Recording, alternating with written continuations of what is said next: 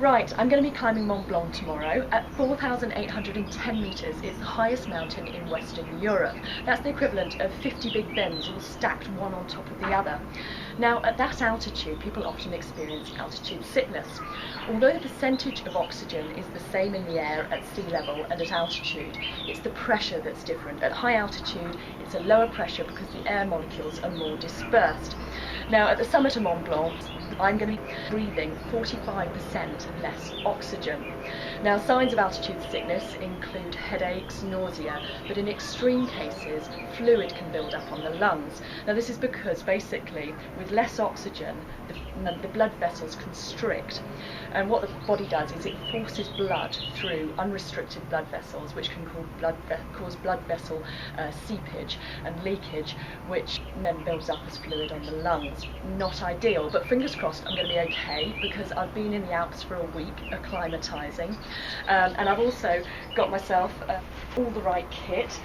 Basically, it's going to be a 2-day hike, and I'm going to need to be hiking on snow and ice, so I'm going to need some crampons which will clamp onto my hiking boots.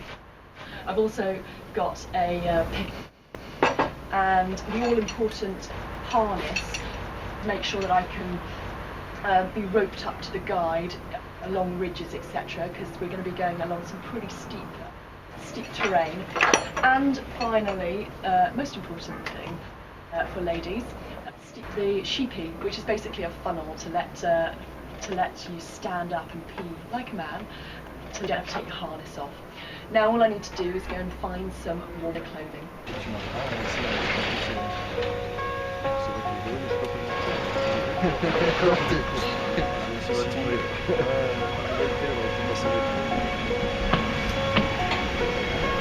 I'm catching the train up to the Eagle's Nest, where we're going to start the hike.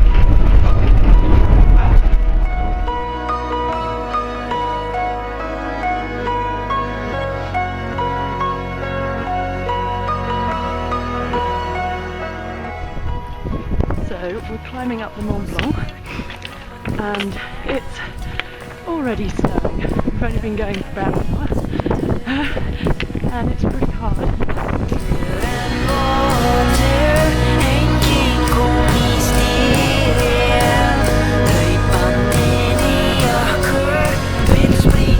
Finally made it to the refuge. I'm smiling now. It's probably one of the hardest views of my life. 1,400 metres at altitude, scrambling up rock faces, but I made it. Legs are tired, but no altitude sickness, which is great news, and no headaches. Fingers crossed for the final ascent to the summit tomorrow.